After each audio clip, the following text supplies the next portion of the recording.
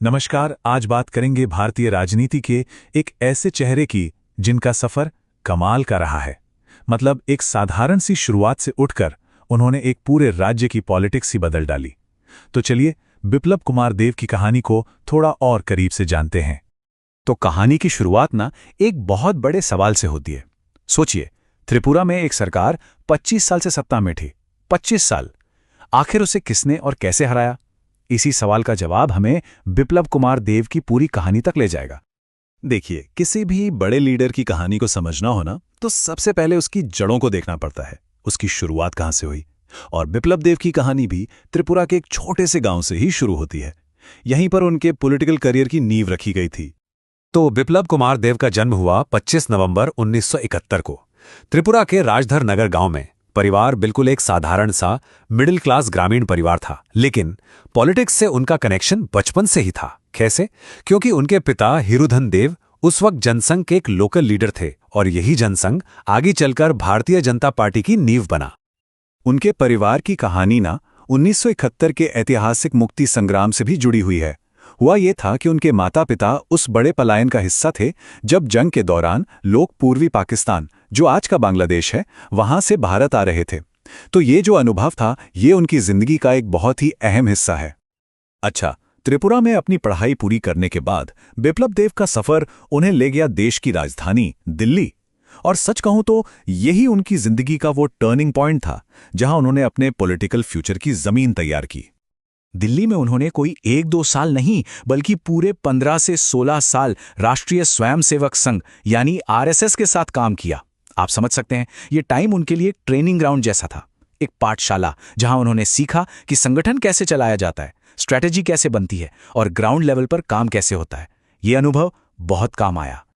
तो दिल्ली में इतना लंबा वक्त बिताने और संगठन का इतना गहरा अनुभव लेने के बाद बिप्लब देव वापस लौटे अपने होम स्टेट त्रिपुरा। लेकिन इस बार वो खाली हाथ नहीं लौटे थे। उनके दिमाग में एक बहुत बड़ा और एम्बिशियस लक्ष्य था। उनकी ये वापसी सिर्फ एक घर वापसी नहीं थी, नहीं, ये एक सोची समझी स्ट्रैटेजी थी। मिशन बिल्कुल क्लियर था। पहला, त्रिपुरा में बीजेपी को जड़ से मजबूत करना, और दूसरा, दशकों से जो लेफ्ट की सरकार चली आ रही थी उसे सीधी टक्कर देना। अब ये चुनौती कितनी बड़ी थी, इसका अंदाजा आप इसी बात से लगाइए। उनके सामने जो सरकार थी वो 25 साल से पावर में थी। 25 साल। ये एक ऐसा राजनीतिक किला था जिसको तोड़ना लगभग नामुमकिन माना जाता था। लेकिन त्रिपुरा लौटने के बाद जो हुआ वो कमाल का था। उनका पॉलिटिकल ग्राफ बहुत तेजी से ऊपर गया। सोचिए, 2015 में वो वापस आए, 2016 में उन्हें स्टेट प्रेसिडेंट बनाया गया और बस 3 साल के अंदर 2018 में वो सीधे राज्य के मुख्यमंत्री बन गए। क्या कमाल की स्पीड थी।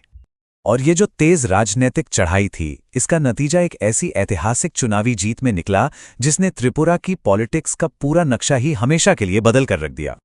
तो 2018 के चुनावों में वो हुआ जो सब नामुमकिन मान रहे थे।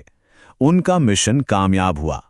बीजेपी लेड गठबंधन ने एक जबरदस्त जीत हासिल की और इसी के साथ 25 साल पुराने लेफ्ट शासन का अंत हो गया और बिप्लब कुमार देव ने त्रिपुरा के पहले बीजेपी मुख्यमंत्री के तौर पर शपथ ली और वो 2022 तक इस पद पर रहे।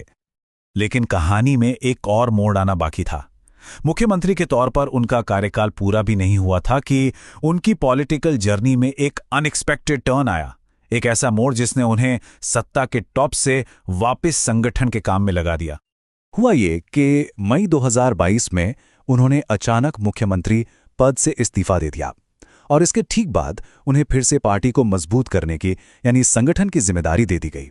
इससे एक बात तो साफ होती है कि उनका करियर सत्ता से कहीं ज्यादा संगठन के इर्द गिर्द घूमता रहा है। तो सवाल उठता है कि बिप्लब देव की इस पॉलिटिकल जर्नी की लेगेसी क्या है? मतलब उनके इस उतार चढ़ाव वाले करियर से हम क्या सीख सकते हैं? अगर उनकी सबसे बड़ी उपलब्धियों की बात करें तो जाहिर है लिस्ट में सबसे ऊपर है त्रिपुरा में पहली बार बीजेपी की सरकार बनाना और पार्टी को जमीनी स्तर पर मजबूत करना। इसके अलावा मुख्यमंत्री रहते हुए उन्होंने महिला सशक्तिकरण से जुड़ी स्कीम्स पर भी काफी फोकस किया, जैसे पॉलिसीज में रिजर्वेशन देना और आर्थिक मदद देना। तो उनकी पूरी कहानी से 3 बड़े टेकअवेज निकलते हैं।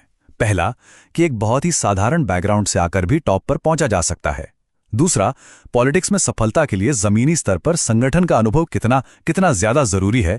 और तीसरा, अगर स्ट्रैटेजी सही हो तो बड़े से बड़ा पॉलिटिकल बदलाव भी मुमकिन है।